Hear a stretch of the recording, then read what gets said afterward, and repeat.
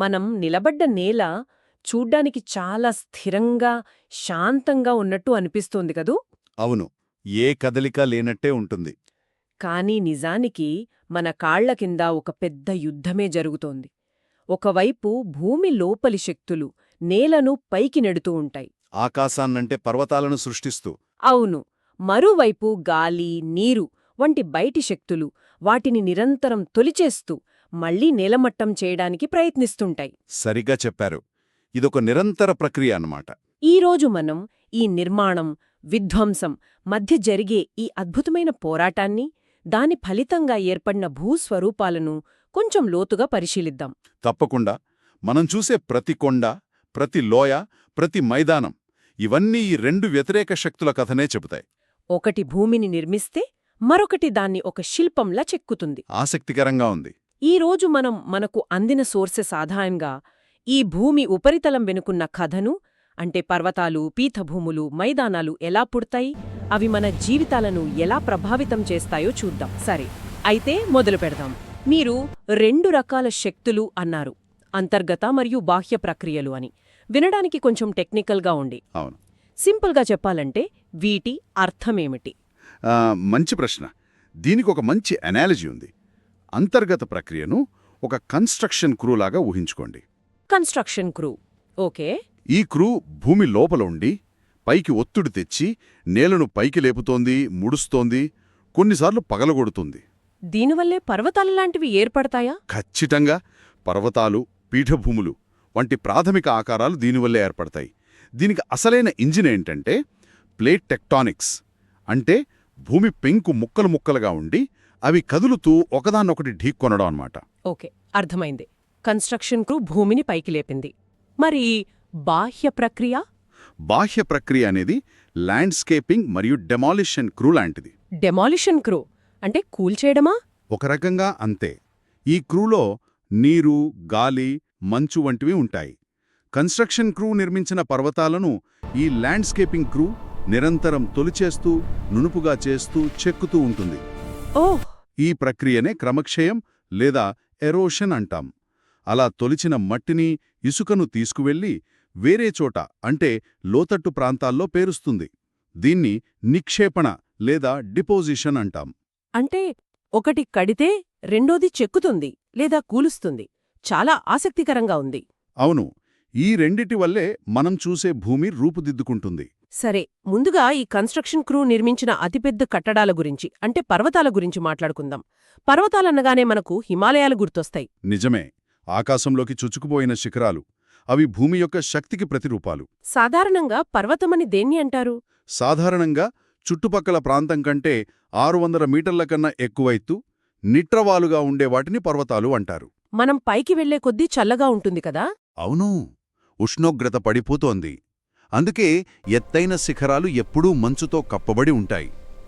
కొన్ని పర్వతాలపై అయితే శాశ్వతంగా గడ్డకట్టిన మంచునదులుంటాయి. వాటినే హిమాని నదాలు లేదా గ్లేషియర్స్ అంటాం. అయితే మనకు తెలిసిన పర్వతాలన్నీ భూమిపైనే ఉన్నాయి. కానీ మన సోర్సెస్లో ఒక ఆశ్చర్యకరమైన విషయం ఉంది. సముద్రం కింద కూడా పర్వతాలున్నాయట. అవును. పైగా మన ఎవరెస్ట్ కంటే ఎత్తైనవి కూడా ఉన్నాయట. ఇది నిజమా? ఖచ్చితంగా నిజం. ఇది మన గ్రహం గురించి మనకున్న అవగాహనను మార్చేస్తోంది. పసిఫిక్ మహాసముద్రంలో హవాయ్ దీవుల్లో మౌనా కియా అనే ఒక పర్వతం ఉంది. మౌనా కియా. అదొక అగ్నిపర్వతం. మనం దాని శిఖరాన్ని మాత్రమే చూడగలం. దాని అసలైన బేస్ సముద్ర గర్భంలో ఉంది. ఓ, అలాగా. అక్కడ నుండి దాని మొత్తం ఎత్తు కొలిస్తే అది 10,205 మీటర్లు. అంటే సముద్రమట్టం నుంచి కొలిచే ఎవరెస్ట్ అంటే 8,848 మీటర్ల కంటే చాలా ఎత్తు. అద్భుతం. అంటే ఒకవేళ పసిఫిక్ మహాసముద్రాన్ని ఖాళీ చేస్తే భూమి మీద అత్యంత ఎత్తైన పర్వతం అదే అవుతుందన్నమాట. సరిగ్గా అదే. మన గ్రహం మీద ఇంకా ఇలాంటి ఎన్ని అద్భుతాలు సముద్రాల కింద దాగి ఉన్నాయో మనం ఊహించుకోవచ్చు. నిజమే. ఇది మన ఆలోచనా విధానాన్ని పూర్తిగా మార్చేస్తుంది. ఇంతకీ ఈ పర్వతాలు ఎలా ఏర్పడతాయి? అన్నీ ఒకేలా ఏర్పడతాయా లేక ఏవైనా రకాలున్నాయా? లేదు, అన్నీ ఒకేలా ఏర్పడవు. ప్రధానంగా 3 రకాలున్నాయి. మొదటివి అత్యంత ప్రసిద్ధమైనవి మూర్త పర్వతాలు లేదా ఫోల్డ్ మౌంటైన్స్. Fold mountains.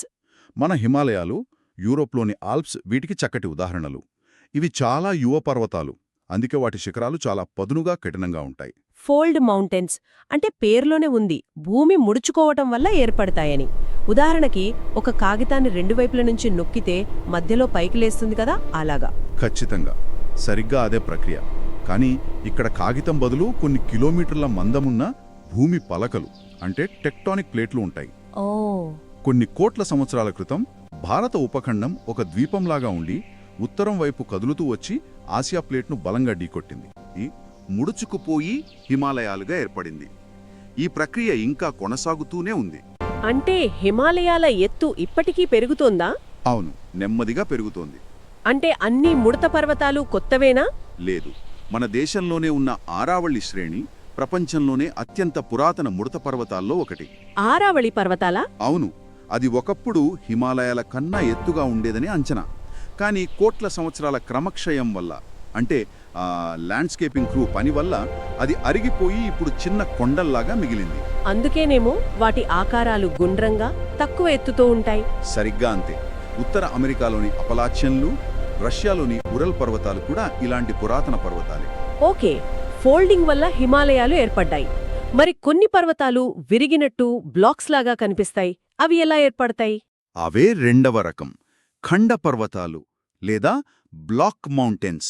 ఇక్కడ భూమి పలకలు ఒకదానికొకటి ఢీకొనవు. మరి బదులుగా భూమి పెంకులోని ఒత్తిడి వల్ల పెద్ద పెద్ద పగుళ్లు ఏర్పడి భూభాగం బ్లాకులుగా విడిపోతుంది. కొన్ని బ్లాకులు పైకి లేస్తాయి, కొన్ని కిందకి కుంగిపోతాయి.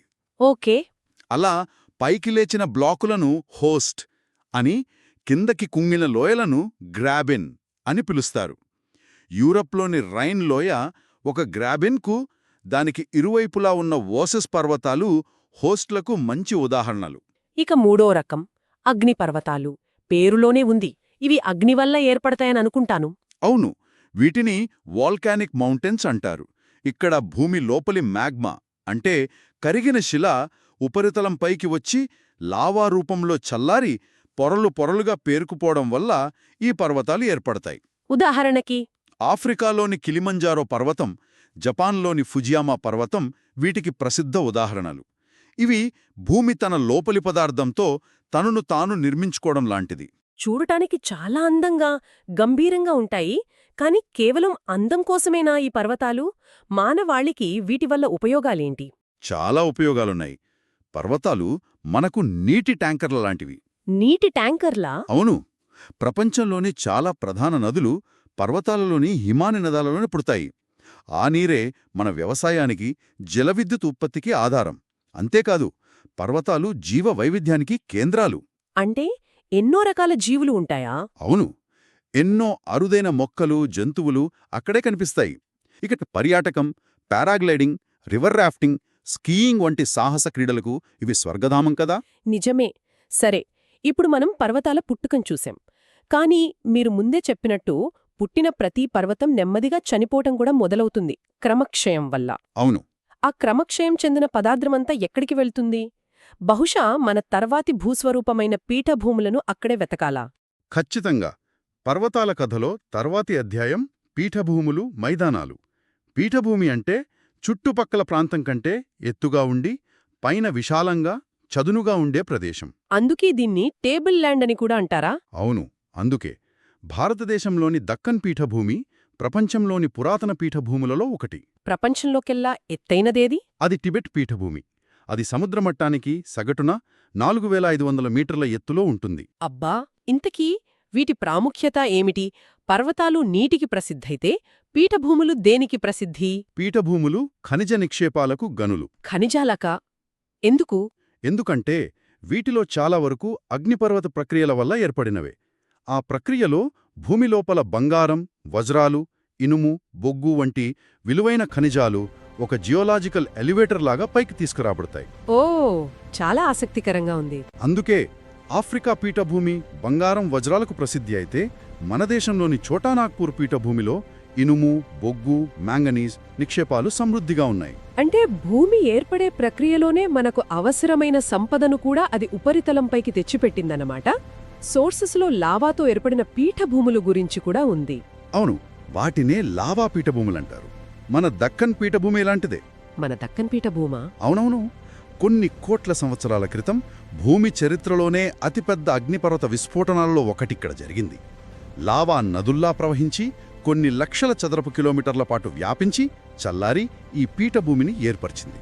ఆ లావా శిలల వల్లేనా ఆ నేలలు నల్లగా ఉంటాయి? ఖచ్చితంగా ఆ లావా శిలలు కాలక్రమేణా నల్లరేగడి నేలలుగా మారాయి. అందుకే ఆ ప్రాంతం పత్తి పంటకు అంత అనుకూలంగా ఉంటుంది. అంతేకాదు, ఈ పీఠభూములలో నదులు ప్రవహిస్తున్నప్పుడు జలపాతాలు కూడా ఏర్పడతాయి. కర్ణాటకలోని జోగ్ జలపాతం లాగా? సరిగాదే, మంచి ఉదాహరణ. ఓకే, పర్వతాలు పుట్టాయి, అవి అరిగాయి, పీఠభూములుగా మారాయి. ఆ అరిగిన మట్టి, ఇసుక, రాళ్ళు ప్రవహించే నదులతో పాటు కిందకి కొట్టుకువచ్చి ఎక్కడో ఒకచోట ఆగుతాయి కదా? అవును. అక్కడేం జరుగుతుంది? బహుశా మన చివరి భూస్వరూపమైన మైదానాలు అక్కడే పుడతాయా? సరిగ్గా పట్టుకున్నారు. పర్వతం యొక్క మరణమే మైదానం యొక్క జననం. వావ్! నదులు పర్వతాల నుండి కిందికి వేగంగా ప్రవహిస్తున్నప్పుడు అవి తమతో పాటు రాళ్ళు, ఇసుక, ఒండ్రుమట్టిని తీసుకువస్తాయి. మైదాన ప్రాంతాలకు రాగానే నది వేగం తగ్గిపోతుంది. వేగం తగ్గితే? అప్పుడు అది మోసుకొచ్చిన ఆ పదార్థాన్నంతా తన ఒడ్డున, లోయలలో నిక్షేపిస్తుంది. అంటే డిపాజిట్ చేస్తుంది. ఈ ప్రక్రియ చాలా కాలం జరుగుతుందా? వేల సంవత్సరాలుగా జరగడం వల్ల విశాలమైన, చదునైన, సారవంతమైన మైదానాలు ఏర్పడతాయి. వివి సాధారణంగా సముద్రమట్టానికి 200 మీటర్ల కంటే ఎక్కువ ఎత్తులో ఉండవు. అందుకేనేమో మానవ నాగరికతలు ఎక్కువగా ఈ మైదాన ప్రాంతాలలోనే విలసిల్లాయి అంటారు. సింధు గంగా మైదానం, నైలు నది మైదానం. మెసొపొటేమియా. అవును. ఖచ్చితంగా. ఎందుకంటే ఇక్కడ 3 ముఖ్యమైన విషయాలున్నాయి. ఒకటి, ఒండ్రుమటి వల్ల నేలలు అత్యంత సారవంతంగా ఉంటాయి. వ్యవసాయానికి స్వర్గధామం. 2, భూమి చదునుగా ఉండటం వల్ల ఇళ్లు కట్టుకోవడానికి, రోడ్లు వేయడానికి సులభం. సరిగ్గా చెప్పారు. ఇక మూడోది, నదులు రవాణాకు, తాగునీటికి ఆధారం. ఈ కారణాల వల్లే ప్రపంచంలో అత్యధిక జనసాంద్రత కలిగిన ప్రాంతాలు ఈ మైదానాలే. భారతదేశంలోని గంగా మైదానం, చైనాలోని యాంగ్జీ మైదానం దీనికి ప్రత్యక్ష సాక్ష్యాలు. అంటే అవి దేశాలకు అన్నపూర్ణలుగా పనిచేస్తాయన్నమాట. అవును. కాబట్టి మనం నివసించే భూమి స్వరూపం మన జీవన విధానాన్ని, మన ఆర్థిక వ్యవస్థను, చివరికి మన సంస్కృతిని కూడా నిర్దేశిస్తుందన్నమాట. నిజమే. పర్వత ప్రాంతాల్లో జీవనం కఠినంగా, సవాలుగా ఉంటే మైదానాల్లో జీవనం సాఫీగా, సులభంగా ఉంటుంది. అయితే ఈ కథలో మనం ఒక ముఖ్యమైన విషయాన్ని పట్టించుకోవాలి: మానవ ప్రమేయం. అవును, అది చాలా ముఖ్యం. ప్రకృతి మనకు ఈ వైవిధ్యాన్ని ఇచ్చింది. కానీ మనమేం చేస్తున్నాం? సారవంతమైన మైదానాలలో కాంక్రీట్ జంగిల్స్ కడుతున్నాం, పర్వతాలను అడ్డగోలుగా తవ్వేస్తున్నాం, నీటిని, నేలను కలుషితం చేస్తున్నాం. ఖచ్చితంగా. ప్రకృతి వైపరీత్యాలు, భూకంపాలు, వరదలు, వాటి నష్టాన్ని అవి కలిగిస్తాయి. కానీ మన పనులు ఆ నష్టాన్ని మరింత తీవ్రతరం చేస్తున్నాయి. అంటే మనం ఈ సహజ సంపదను కాపాడుకోవాల్సిన బాధ్యత మనపై ఉంది. అవును. ఇది కేవలం పర్యావరణ పరిరక్షణ నినాదం కాదు. ఇది మన మనుగడకు సంబంధించిన విషయం. ఈ భూమి కేవలం మన తరం కోసం మాత్రమే కాదు కదా. నిజమే.